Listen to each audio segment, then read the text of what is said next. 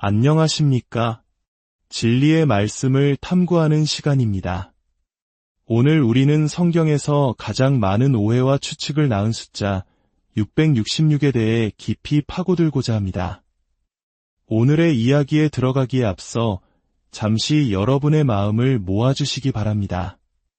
만일 이 영상이 여러분의 영적 여정에 빛을 더해준다면 이 진리의 메시지가 더 널리 퍼져나갈 수 있도록 좋아요와 공유를 통해 하나님의 은혜를 나누는 통로가 되어주시길 부탁드립니다. 진리를 찾는 모든 분들에게 하나님의 크신 축복이 함께하기를 기도합니다. 여러분은 아마 오래된 도서관에 먼지 쌓인 책 속에서 혹은 늦은 밤 인터넷을 헤매다가 666이라는 숫자에 대한 소문을 들어보셨을 겁니다. 공포 영화의 단골 소재로 등장하거나 상품 바코드의 한 부분에서 이 숫자를 보고 섬뜩함을 느끼셨을지도 모릅니다. 과연 이 숫자는 무엇일까요? 사람들의 피부 아래 심어질 사악한 마이크로칩일까요? 바코드나 신용카드에 숨겨진 비밀 암호일까요? 아니면 어떤 악한 세력이 모든 사람의 몸에 새겨 넣을 문신일까요? 이러한 생각들은 우리의 상상력을 자극하고 솔직히 말해 훌륭한 스릴러 영화의 소재가 되기도 합니다. 하지만 그것이 과연 성경이 말하는 진실일까요? 오늘 밤 우리는 이러한 신화와 미스터리를 넘어 666의 참된 의미를 발견하는 여정을 떠나보려 합니다. 먼저 우리를 둘러싼 오해의 안개를 걷어내는 것부터 시작하겠습니다. 수십 년 동안 사람들은 666에 대해 온갖 추측을 해왔습니다. 1980년대에는 새로 도입된 상품 바코드 디자인에 666이 숨겨져 있다고 믿는 사람들이 있었습니다. 최근에는 이것이 피부 밑에 이식되는 컴퓨터 칩이라거나 특정 인물의 이름에 숨겨진 숫자 암호라고 두려워하는 이들도 있습니다. 심지어 지옥으로 가는 와이파이 비밀번호일 것이라는 농담까지 나올 정도입니다. 이러한 반응은 충분히 이해할 만합니다. 이 숫자가 등장하는 요한계시록 그리고 미스터리가 있는 곳에는 상상력이 개입할 여지가 하지만 만약 제가 여러분에게 이 모든 선정적인 아이디어들, 즉 바코드도 마이크로칩도 이마에 찍히는 문자 그대로의 666 낙인도 이 숫자의 진짜 의미를 담고 있지 않다고 말씀드린다면 어떨까요? 만약 그 실제 의미가 어떤 첩보 스릴러 시나리오보다 훨씬 더 심오하고 우리 삶과 깊이 연관되어 있다면 어떨까요? 스스로에게 한번 물어보십시오. 세상의 종말에 대한 예언적 경고를 주신 전지전능하신 하나님께서 모든 인류의 영원한 운명을 어떤 숨겨진 기술이나 수학 퍼즐에 걸어두셨을까요? 아니면 이 불가사의한 숫자가 참된 예배와 거짓, 예배 사이의 선택이라는 영적인 현실을 가리키는 상징일 가능성이 더 높지 않을까요? 성경은 특히 예언서에서 풍부한 상징을 사용하는 책입니다. 따라서 이 숫자를 해독하기 위해서는 성경 자체의 상징 언어를 사용해야 합니다. 이제 탐정 모자를 쓰고 고대의 두루마리를 펼쳐 요한계시록에서 거의 모든 것은 상징적입니다. 짐승은 왕국을, 뿔은 권력을, 여자는 교회를 나타냅니다. 우리는 문자 그대로 그것이 상징임을 마찬가지로 짐승의 표 역시 누군가의 피부에 찍히는 문자 그대로의 666 낙인일 가능성은 낮습니다. 그것 또한 우리가 곧 살펴보게 될 이 제666의 미스터리를 파헤치기 전에 시간을 거슬러 올라가 다니엘서에 묘사된 한 사건으로 여행을 떠나봅시다. 다니엘 3장에서 고대 바벨론의 느부갓네살 왕은 모든 사람이 경배하도록 거대한 금 신상을 세웠습니다. 성경은 다니엘 3장 1절에서 그 신상이 높이가 60규빗, 너비가 6규빗에 달하는 이합적인 조각상이었다고 말합니다. 이는 약 27m의 높이와 7m의 너비로 평원 전체를 압도하는 경이로운 광경이었습니다. 그런데 왜 하필 숫자 60과 6이었을까요? 이 숫자들은 왜 그토록 중요했을까요? 단순한 숫자처럼 보일 수 있지만 이 이야기의 맥락에서 이 숫자들은 매우 깊은 의미를 지닙니다. 우리가 아는 것처럼 숫자 6은 하나님의 완전함에 이르지 못한 불완전함을 나타냅니다. 고대 바벨론에서 숫자 6과 60은 임의로 선택된 것이 아니었습니다. 그것들은 우상 숭배와 거짓 예배와 연결되어 있었습니다. 느부갓네살의 명령에 따라 세워진 이 금 신상은 단순한 조각상이 아니었습니다. 그것은 하나님의 권위에 도전하고 숭배할 우상을 세우려는 인간의 시도를 상징했습니다. 느부갓네살은 단지 물리적인 신상을 세운 것이 아니었습니다. 그는 창조주에 대한 예배와 경쟁할 영적인 탑을 세우고 있었던 것입니다. 그리고 그 앞에 절하도록 강요받은 사람들은 영적인 반역죄를 저지르고 있었습니다. 그때부터 숫자 6은 이러한 거짓 예배, 즉 신성한 진리 대신 인간이 만든 권력에 대한 강요된 충성을 나타내는 숫자가 되었습니다. 이 금 신상이 세워진 시대와 장소가 왕의 명령에 불복종하면 죽음을 의미할 수 있었던 때였다는 점이 흥미롭지 않습니까? 왕은 모든 사람이 이 신상 앞에 절해야 하며 거부하는 자는 누구든지 불타는 풀무불에 던져질 것이라는 법을 세웠습니다. 나라의 법은 분명했습니다. 신상에 경배하거나 아니면 궁극적인 결과를 마주하라는 것이었죠. 이것은 강요에 의한 예배 대 신념에 의한 예배라는 궁극적인 영적 전투의 무대를 마련합니다. 그리고 우리가 나중에 보게 될 것처럼 666은 바로 이와 동일한 강제력, 즉 하나님을 대신한다고 주장하는 권력에 의해 시행되는 거짓 예배의 법을 수반하게 될 것입니다. 바벨론 사람들은 60진법 계산 체계를 사용했습니다. 이 숫자 체계는 그들의 수학뿐만 아니라 종교에도 영향을 미쳤습니다.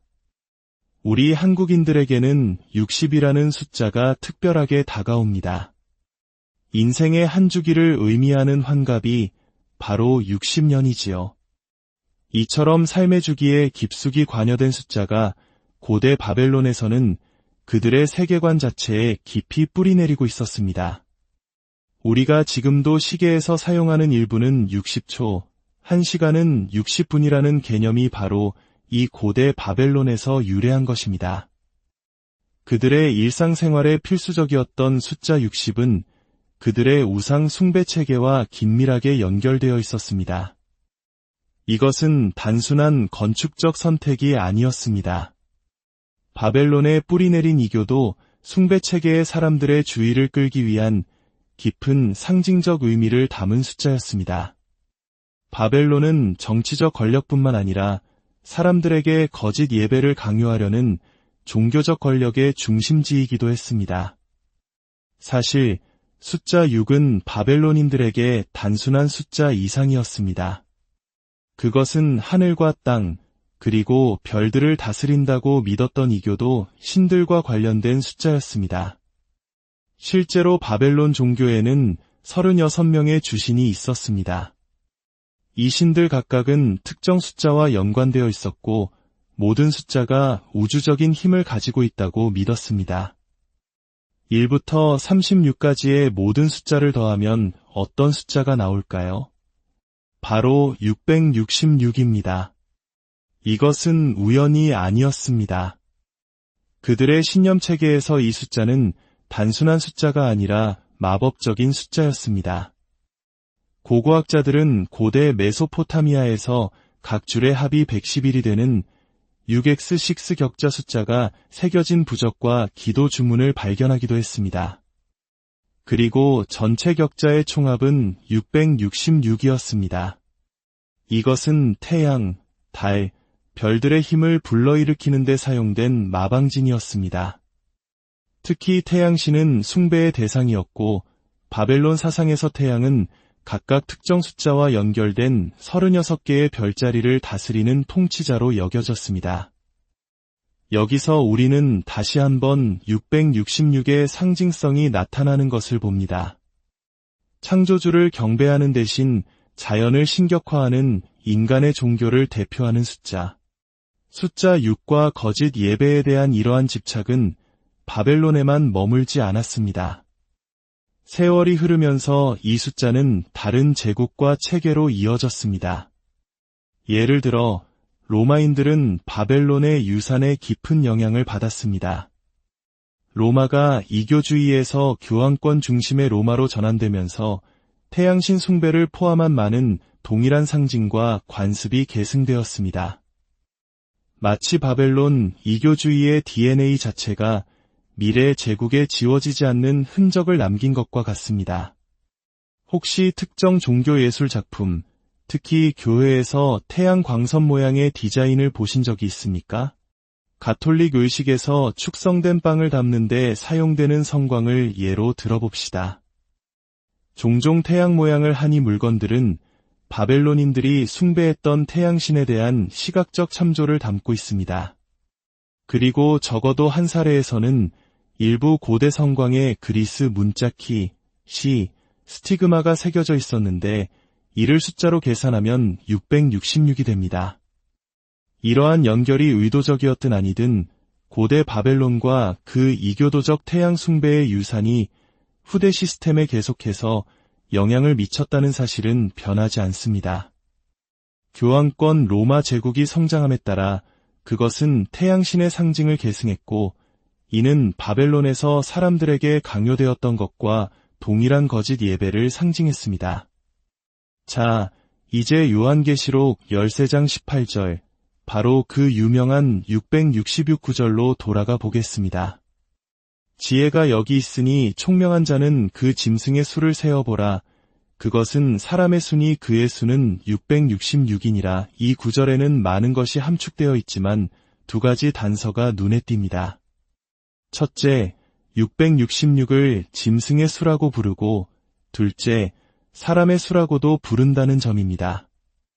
그리고 맨 처음에 지혜와 총명이 필요하다고 암시합니다. 그러니 이것은 바코드 라벨처럼 명백한 것이 아닐 것입니다. 우리는 깊이 생각하도록 초대받고 있는 것입니다. 사람의 수라는 구절을 살펴봅시다. 대부분의 사람들은 이 구절을 읽고 즉시 이것은 특정 인물, 아마도 어떤 사악한 지도자를 가리키는 것일 거야라고 생각합니다.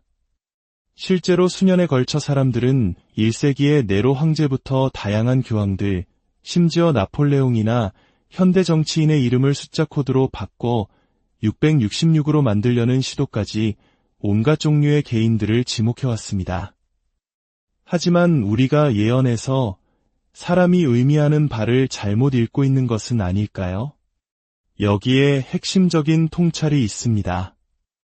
묵시 예언에서 사람은 항상 문자 그대로의 한 인간 개인을 의미하지는 않습니다. 놀라셨나요? 성경에서 그 예를 찾아봅시다. 구약에서 하나님은 종종 왕국이나 민족 전체를 마치 한 사람인 것처럼 인격화하셨습니다. 예를 들어 신명기 28장에서 하나님은 이스라엘이 반역하면 이방 민족을 보내 그들을 정복하게 할 것이라고 경고하셨습니다. 그 민족을 용모가 흉악한 민족이라 노인을 보살피지 아니하며 유아를 불쌍히 여기지 아니하며 라고 묘사하신 후 내 가축의 새끼와 내 토지의 소산을 먹어 마침내 너를 멸망시키며 라고 말씀하십니다. 여기서 하나님은 민족에 대해 말씀하시기 시작했지만 이내 그 민족을 그라고 지칭하며 마치 한 사람인 것처럼 말씀하십니다. 또 다른 예로 에스겔 30장 24절은 이집트 권력의 몰락을 묘사하며 파라오가 죽게 상한 자의 신음같이 신음할 것이라고 말합니다. 거대한 제국인 이집트 전체가 상처 입은 한 사람으로 묘사됩니다. 그리고 다니엘 7장 17절을 보면 짐승에 대한 예언적 환상을 설명하며 그네 큰 짐승은 세상에 일어날 내 왕이라고 합니다. 우리는 다니엘서를 통해 그 짐승들이 내 왕국, 즉 내 제국을 대표한다는 것을 알고 있습니다. 그럼에도 천사는 그들을 왕이라고 부르며 각 왕국을 단일 통치자, 즉 한 사람으로 지칭합니다. 따라서 예언의 언어에서 사람은 왕국이나 정치적 권력을 상징할 수 있습니다. 반면에 여자는 교회나 종교적 권력을 상징합니다. 이것은 매우 중요한 포인트입니다. 요한계시록이 사람의 수라고 말할 때 그것은 한 개인을 가리키는 것이 아니라 사람으로 상징되는 한 왕국이나 권력을 가리킬 가능성이 매우 높다는 것을 의미합니다. 만약 우리가 666을 문자 그대로의 한 인간에게 꿰맞추려 한다면 우리는 이미 잘못된 길을 가고 있는 것입니다. 그렇다면 그 수가 666인 이 상징적인 사람은 누구 또는 무엇일까요? 요한계시록의 저자인 요한은 우리에게 추측만 하도록 내버려 두지 않습니다. 그는 더 많은 단서를 줍니다. 그 구절이 지혜가 여기 있으니 총명한 자는 세어보라고 했던 것을 기억하십시오. 지혜가 여기 있다는 표현은 마치 이정표와 같습니다. 흥미롭게도 요한은 다른 곳에서도 매우 유사한 표현을 사용합니다. 요한계시록 17장 9-10절로 넘어가 봅시다. 요한은 바벨론이라 불리는 신비한 여인이 7머리를 가진 짐승을 타고 있는 환상을 설명하며 말합니다. 지혜 있는 뜻이 여기 있으니 그 7머리는 여자가 앉은 7산이요. 또 7왕이라 5은 망하였고 하나는 있고 다른 하나는 아직 이르지 아니하였으나 그 울림이 느껴지십니까? 지혜 있는 뜻이 여기 있으니 요한계시록 17장에서 이 구절은 상징에 대한 설명을 도입합니다. 구체적으로 그것은 7왕의 순서를 식별합니다. 요한은 그의 시대의 그 왕들, 즉 왕국들 중 5이 이미 망했고 하나는 현재 다스리고 있으며 다른 하나는 미래에 올 것이라고 말합니다. 자, 만약 5이 망했고 하나가 현재 있다면 그 현재 있는 왕국은 순서상 6번째가 될 것입니다. 아니나 다를까 요한은 로마 제국 시대에 글을 쓰고 있었습니다. 그의 시대의 이교 로마 제국은 그 순서에서 6번째 권력이었습니다. 이것이 왜 중요할까요? 요한이 요한계시록 13장과 17장 모두에서 의도적으로 지혜라는 표현을 사용하기 때문입니다. 이것은 이 구절들이 서로 연결되어 있다는 신호입니다. 요한계시록 17장에서 지혜는 우리가 6번째 왕국인 이교 로마를 요한 시대의 권력으로 식별하는 데 도움을 주었습니다. 따라서 요한계시록 13장 18절에서 지혜는 우리가 666을 그 왕국들, 특히 그 6번째 왕국과 관련하여 이해하도록 인도해야 합니다. 혹시 666이 6번째 왕국과 그 뒤를 잇는 왕국들과 관련이 있는 것은 아닐까요? 그렇습니다. 666이 언급된 요한계시록 13장은 하나님의 백성을 핍박하는 짐승 권력에 관한 내용입니다. 그리고 요한계시록 17장은 붉은빛 짐승과 바벨론에 대한 배경 정보를 채워줍니다. 이제 우리는 이 점들을 연결해 볼 것입니다. 예언 연구에서 많은 학자들은 요한계시록의 7머리, 즉 7왕을 하나님의 백성에게 영향을 미쳤던 주요 제국들의 계보로 봅니다. 그들은 종종 이렇게 나열합니다. 첫째, 이집트. 둘째, 아시리아. 셋째, 느부갓네살의 고대 바벨론. 넷째, 메데바사. 다섯째, 그리스. 여섯째, 이교 로마. 일곱째, 교황권 로마. 요한의 시대까지 이집트, 아시리아, 바벨론, 메데바사, 그리스는 권력에서 몰락했습니다. 이교 로마, 즉 카이사르들의 제국은 현재 있는 6번째 제국이었습니다. 그리고 요한의 시대 이후에 올 제국은 나중에 등장한 권력, 즉 중세 암흑시대의 로마 교회의 정치적, 종교적 지배권을 가졌던 교황권 로마였습니다. 요한계시록 17장 10절은 그 7번째 권력인 교황권 로마가 잠시 동안만 계속될 것이라고 말합니다. 역사적으로 교황권 로마는 예언에서 자주 언급되는 1260년이라는 긴 기간 동안 통치했습니다. 그러나 거대한 예언의 범위에 비하면 요한은 그것이 제한적임을 나타냅니다. 그리고 실제로 1798년 교황이 포로로 잡혀가면서 교황의 통치가 잠시 중단되었을 때 치명적인 타격을 입었습니다. 그러나 예언과 역사는 거기서 멈추지 않았습니다. 요한계시록 13장은 놀라운 사실을 묘사합니다. 첫 번째 짐승인 교황권 로마가 치명적인 상처를 입지만 그 상처가 낫고 온 세상이 그를 따르며 놀라워할 것이라고 말합니다. 그 상처는 어떻게 치유될까요? 여기에 또 다른 행위자 요한계시록 13장 11절에 두 번째 짐승이 등장합니다. 요한은 땅에서 올라오는 또 다른 짐승을 봅니다. 그는 어린 양같이 두 뿔이 있고 용처럼 말을 합니다.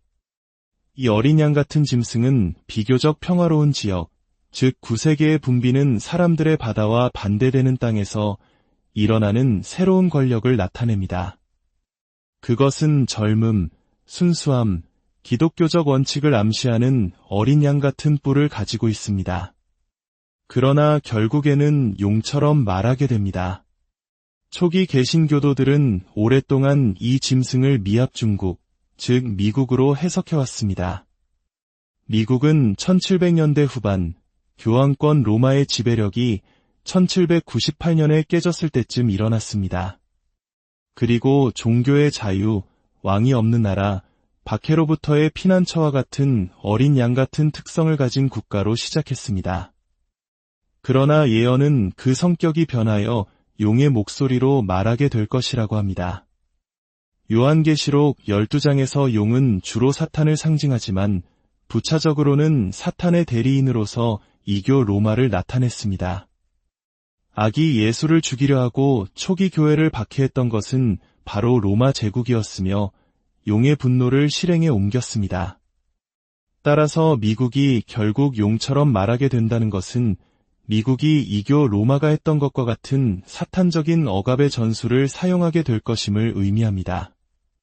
그리고 실제로 요한계시록 13장 12절은 이 두 번째 짐승이 먼저 나온 짐승의 모든 권세를 그 앞에서 행하고 땅과 땅에 사는 자들을 강제하여 먼저 나온 짐승, 곧 그 치명적인 상처가 나은 자에게 경배하게 하더라고 말합니다. 즉, 미국은 교황권 로마의 영향력을 부활시키기 위해 자신의 힘을 빌려주고 세상의 예배 체계를 강요할 것입니다. 그렇게 될 때 교황권 로마의 상처는 미국의 힘을 통해 사실상 치유되는 것입니다. 이교 로마, 교황권 로마, 그리고 배도한 개신교 미국. 이 셋은 역사상 뚜렷하게 구별되는 순차적인 권력들입니다. 그러나 예언은 그들이 마지막 때에 함께 일할 것임을 보여줍니다.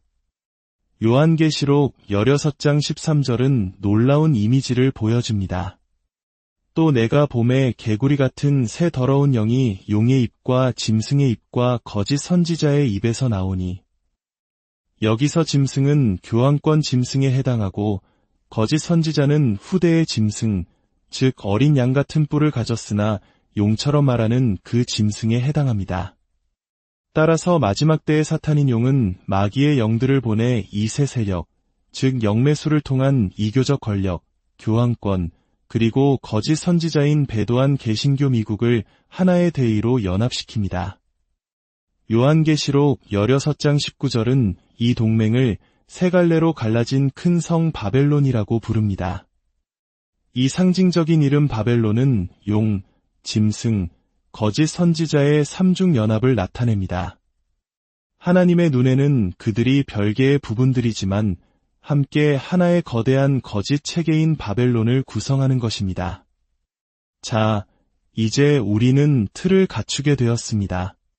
바벨론, 즉 새로운 형태의 이교주의, 교황권 가톨릭주의, 그리고 배도한 개신교주의 동맹입니다.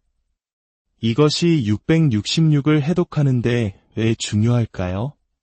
요한계시록 13장 18절이 666을 짐승의 수이자 사람의 수라고 했기 때문입니다. 우리는 사람이 왕국을 의미할 수 있음을 발견했습니다. 그리고 구체적으로 그것은 바벨론, 즉 새 권력으로 이루어진 이 마지막 때의 거대한 왕국을 가리킵니다. 사실 요한계시록 13장 18절은 이렇게 읽을 수 있습니다. 이것은 짐승의 수니 그것은 한 왕국, 즉 짐승으로 대표되는 어떤 왕국의 수라. 그리고 그 왕국은 무엇입니까? 큰 바벨론입니다. 연합된 용짐승 거짓 선지자 체계입니다. 우리는 한 걸음 더 나아갈 수 있습니다. 666이 소개되는 18절에 이를 때쯤에는 이 삼중 연합이 활동하고 있습니다. 바벨론이 형성된 것입니다. 미국이 일어나 용처럼 말하며 첫 번째 짐승의 권력을 행사할 때 큰 성 바벨론은 사실상 세워집니다. 용, 짐승, 거짓 선지자의 연합체 말입니다. 이 성이 바로 요한계시록 13장 18절이 가리키는 사람, 즉 바벨론입니다. 그리고 바벨론은 삼중 연합입니다. 따라서 666은 교황 한 사람이나 한 구성 요소에만 국한되는 것이 아니라 바벨론의 세 부분 모두를 포괄합니다. 그것은 한 사람의 수가 아니라 하나님께 대항하는 인간의 조직화된 거짓 체계의 수입니다. 그것은 시대를 초월한 인류의 거짓 예배 체계이며 마지막 때의 동맹에서 절정에 이릅니다. 지혜가 여기 있다고 말한 것이 당연합니다. 이것은 단순한 암호보다 훨씬 풍부한 개념입니다. 그렇다면 왜 하필 666이라는 숫자일까요? 왜 444나 777이 아닐까요? 이 숫자의 중요성은 무엇일까요? 많은 이들이 교황의 옛 라틴어 칭호 중 하나인 비카리우스 필리데이, 즉 하나님의 아들의 대리자라는 칭호의 글자들을 로마 숫자로 취급하면 그 합이 666이 된다는 고전적인 설명을 들어왔을 것입니다.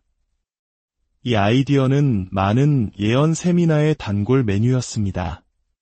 하지만 더 깊이 연구해보면 이것만을 유일한 설명으로 의존하는 데에는 몇 가지 문제가 있습니다. 이름의 글자를 사용해 숫자를 얻는 것은 기본적으로 게마트리아라는 관습으로 신비주의 유대교나 다른 문화권에서 흔했던 일종의 수비학입니다. 이것은 일반적인 성경 해석 방법이 아닙니다.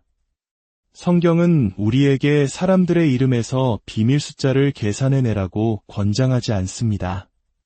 게마트리아를 쫓다 보면 온갖 종류의 추측성 해석에 빠질 수 있습니다.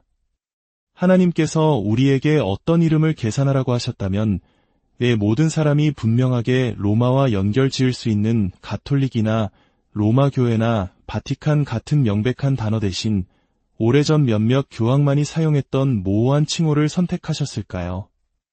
오늘날 교황들은 심지어 그 칭호를 공식적으로 사용하지도 않습니다. 따라서 이것만으로 신원을 확인하는 것은 불안정합니다. 그것은 흥미로운 역사적 각주 역할을 할 수는 있지만 완전한 그림은 아닙니다. 요한계시록 13장 18절은 사실 짐승의 이름의 수라고 말하지 않습니다. 짐승의 수이자 사람의 수라고 말합니다. 그것은 단지 이름 이상이며 이 권력을 더 깊은 방식으로 나타내는 숫자입니다. 요한계시록 17장의 지혜 단서는 우리가 예언적 순서에서 6번째, 7번째, 그리고 8번째 권력을 포함하고 있음을 보게 합니다. 잠깐, 8번째 권력이라고요? 우리는 앞에서 7을 나열했습니다. 요한계시록 17장 11절은 7 중에 속한 8번째를 언급합니다. 이것은 무엇에 관한 것일까요? 교황권 로마가 상처를 입은 후 또 다른 권력인 미국, 즉 어린 양 같은 뿔을 가진 자가 일어나 결국 짐승의 권력을 부활시킵니다. 즉, 마지막 단계는 기본적으로 이전 권력 중 하나가 새로운 형태로 돌아오는 것입니다. 미국이 주도하는 개신교 세계가 교황권 및 영매술과 연합함으로써 옛 짐승 체계의 우상 또는 복사본이 되는 것입니다. 역사적 제국의 목록에서 교황권 로마 이후의 계승 권력으로 미국을 포함시킨다면 목록상 8번째가 될 것입니다. 첫째 이집트, 둘째 아시리아, 셋째 바벨론, 넷째 페르시아, 다섯째 그리스, 여섯째 이교 로마, 일곱째 교황권 로마, 여덟째 미국. 이 마지막 셋, 즉 6번째, 7번째, 8번째는 이교 로마, 교황권 로마, 그리고 배도한 개신교 미국입니다. 놀랍게도 성경은 이 셋을 용, 짐승, 거짓 선지자의 이미지로 함께 묶습니다. 이 셋은 모두 동일한 정신과 유산을 공유합니다. 이교 로마의 용의 정신은 교황권 로마의 박해 정신 속에서 계속되었고, 교황권 로마의 힘이 억제되었을 때 또 다른 권력인 미국이 일어나 나중에 용의 목소리를 낼 것입니다. 본질적으로 6번째인 이교 로마는 자신의 바통을 7번째인 교황권 로마에게, 그리고 나중에는 8번째인 미국 거짓 선지자에게 넘겨줍니다. 그 과정 내내 용의 정신이 작용하고 있는 것입니다. 이제 우리는 왜 그 숫자가 666인지 알 수 있습니다. 말 그대로 6이 3번 반복된 것입니다. 그것은 6번째 권력인 이교 로마의 정신이 7번째인 교황권을 통해, 그리고 8번째인 배도한 개신교 미국을 통해 계속되는 것입니다. 용의 유산이 세 겹으로 나타나는 것입니다. 이 세 권력이 같은 가족이라면 6번째, 7번째, 8번째는 예언적으로 666인 셈입니다. 666은 이교 로마를 통해, 그 다음 교황권 로마를 통해, 그리고 마지막으로 마지막 때의 미국을 통해 일했던 바로 그 용이 전체 오류 시스템의 배후에 있음을 나타냅니다. 따라서 666은 한 교황의 이름이나 실리콘 칩, 슈퍼마켓의 바코드에 관한 것이 아닙니다. 그것은 훨씬 더 큽니다. 그것은 바벨론 전체, 즉 하나님 없이 서 있는 인류의 반역적인 정부 및 종교 시스템 전체를 요약하는 상징입니다. 인간의 전통을 하나님의 말씀보다 우선하고 인간의 권위를 하나님의 권위 위에 높이며 사랑에 의한 예배를 권하는 대신 법에 의한 예배를 강요하는 것. 이것이 이교 우상 숭배, 교황의 칙령, 그리고 배도한 개신교 민족주의를 연결하는 실입니다. 결국 핵심적인 문제는 예배와 순종입니다. 짐승의 표와 하나님의 인으로 상징되는 갈등은 우리가 누구를 경배하고 누구의 권위를 받아들일지를 선택하는 데 중심을 둡니다. 짐승은 다니엘 7장 25절에서 암시된 바와 같이 하나님의 법을 변경하고 자신만의 예배 방식을 강요하려는 권력으로 묘사됩니다. 반면에 하나님은 그의 백성에게 창조주로서 그를 경배하고 그의 인을 받으라고 부르십니다. 성경은 종종 하나님의 인을 그의 법, 특히 안식일 계명과 연결합니다. 에스겔 20장 12절은 안식일을 하나님과 그의 백성 사이의 표징이라고 묘사합니다. 왕의 인이 통치자의 이름, 칭호, 영토를 담고 있는 것처럼 제4계명은 유일하게 하나님의 이름, 칭호, 그리고 그의 주권적 영토를 제시합니다. 따라서 안식일은 하나님의 인을 지닌 것으로 보이며 그의 궁극적인 권위에 대한 가시적인 상기이자 그를 유일하신 참 창조주로 경배하라는 부르심입니다. 그렇다면 짐승의 표는 무엇일까요? 논리적으로 그것은 반대되는 표징, 즉 짐승 권력에 대한 충성의 표일 것입니다. 짐승 권력인 교황권 로마가 하나님의 법, 특히 거룩한 시간에 관한 법을 변경할 권한이 있다고 주장했으므로 그 권위의 표는 그 변경 사항을 강제로 준수하게 하는 것일 겁니다. 로마 교회는 실제로 일요일 준수가 자신들의 권력의 표라고 주장해왔습니다. 한 가톨릭 교리문답서는 유명하게도 가톨릭 교회가 안식의 존엄성을 토요일에서 일요일로 옮겼기 때문에 우리는 토요일 대신 일요일을 지킨다고 언급했습니다. 이것은 성경적 권위가 없는 변경이며 그들 스스로 이 행위가 교회의 권위를 나타내는 표임을 인정하는 것입니다. 역사적으로 일요일의 신성함은 이교도의 태양 숭배 영향으로 기독교에 들어왔습니다. 로마 제국은 태양 숭배에 매우 심취해 있었습니다. 콘스탄티누스 황제와 같은 인물들은 기독교로 개종했지만 태양의 날에 대한 경외심을 함께 가져왔습니다. 그리하여 성경적 안식일인 제7일 토요일은 점차 로마 영역에서 첫째 날인 일요일로 대체되었고 이 변화는 나중에 교회 공의회에 의해 승인되었습니다. 이것이야말로 영적 바벨론이 암시하는 바와 같이 바벨론 이교 종교와 기독교의 융합이었습니다. 따라서 미국이 용처럼 말하며 종교적 준수를 강요할 때 특히 교황권의 안식일인 일요일 준수를 강제하고 하나님의 안식일을 억압하기 위해 그 힘을 사용할 때 그것이 바로 세상이 짐승의 표를 받는 효과를 낳게 될 것입니다. 사람들은 종종 묻습니다. 짐승의 표는 마이크로칩이나 백신 여권 같은 것인가요? 아닙니다. 그것들은 통제의 도구가 될 수는 있지만 표 자체는 예배와 순종에 관한 것입니다. 요한계시록 14장 7대 12절은 짐승에게 경배하고 그의 표를 받는 자들과 하나님의 계명을 지키며 예수의 믿음을 가진 자들을 대조합니다. 이것은 충성도 시험입니다.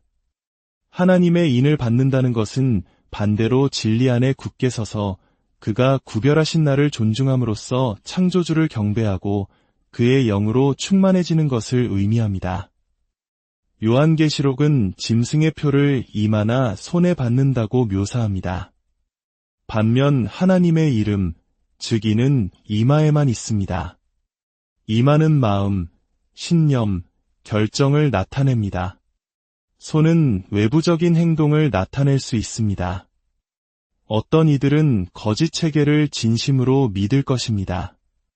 반면 다른 이들은 믿지 않더라도 편의나 두려움 때문에 따를 수 있습니다. 그러나 하나님의 참된 추종자들은 그의 법을 마음에 내면화하고 진정한 신념에서 행동합니다. 결론적으로 666의 참된 의미는 여러분을 숫자에 대해 두려워하게 만드는 것이 아닙니다. 그것은 속임수를 폭로하고 여러분을 선택의 기로로 이끄는 것입니다. 그것은 이렇게 외치는 선명한 상징입니다. 인간의 시스템을 신뢰하지 말라. 그것은 세 겹의 실패다. 666. 대신 하나님의 완전한 길, 즉 치를 따르라. 우리 각자가 물어야 할 질문은 이것입니다. 나의 충성은 어디에 있는가? 나의 믿음은 예수 그리스도와 그의 말씀에 단단히 고정되어 있는가? 아니면 단지 나의 교회, 나의 정부 또는 대중의 의견에 있는가? 요한계시록은 호기심을 만족시키기 위해 666을 드러내는 것이 아닙니다. 그것은 우리를 구원하고 사탄의 모조품이 아닌 하나님의 왕국에 우리를 정렬시키기 위해 주어진 것입니다. 마지막으로 이야기를 비유로 들어보겠습니다. 바벨론이라 불리는 도시와 시온이라 불리는 도시, 두 도시를 상상해 보십시오. 바벨론은 밝고 번화하며 겉보기에는 단결되어 보입니다. 그곳의 슬로건은 통일과 평화입니다. 그러나 그 중심에는 인간이 스스로 진리를 정의할 권위가 있다고 선언하는 자기 높임의 보좌가 있습니다. 그 도시는 교묘하게 그 보좌 위의 우상에게 경배하라고 요구합니다. 반면 시온은 하나님의 백성을 상징합니다.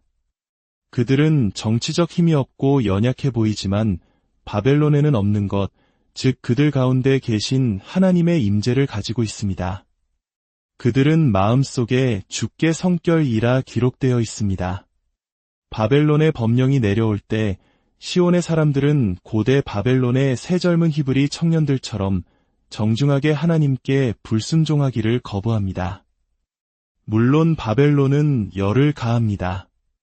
핍박이 있을 것입니다. 그러나 바벨론의 분노가 절정에 달했을 때 하나님께서 개입하십니다. 그가 새 히브리인을 불길에서 구출하셨듯이 그는 그의 신실한 자들을 구원하실 것입니다. 그리고 궁극적으로 바벨론은 스스로의 반역의 무게에 짓눌려 무너질 것입니다. 사랑하는 여러분, 666은 성경에 빛나는 붉은 경고등처럼 그 몰락에 동참하지 말라고 우리에게 경고하는 표지입니다. 그러나 이 모든 것에는 좋은 소식이 있습니다. 아직 아무도 최종적인 의미에서 짐승의 표를 받지 않았습니다. 왜냐하면 그것은 아직 미래에 있을 강요된 결정과 관련이 있기 때문입니다. 지금 우리 각자에게는 하나님께 입맞고 그를 따르기로 헌신할 기회가 있습니다. 666의 참된 의미는 이제 그 가면이 벗겨졌습니다. 그것은 이교도, 교황권, 배도한 개신교라는 바벨론의 삼중 기만에 관한 것이며 이들이 예배를 둘러싼 마지막 위기에서 하나님의 백성에 대항하여 연합하는 것입니다.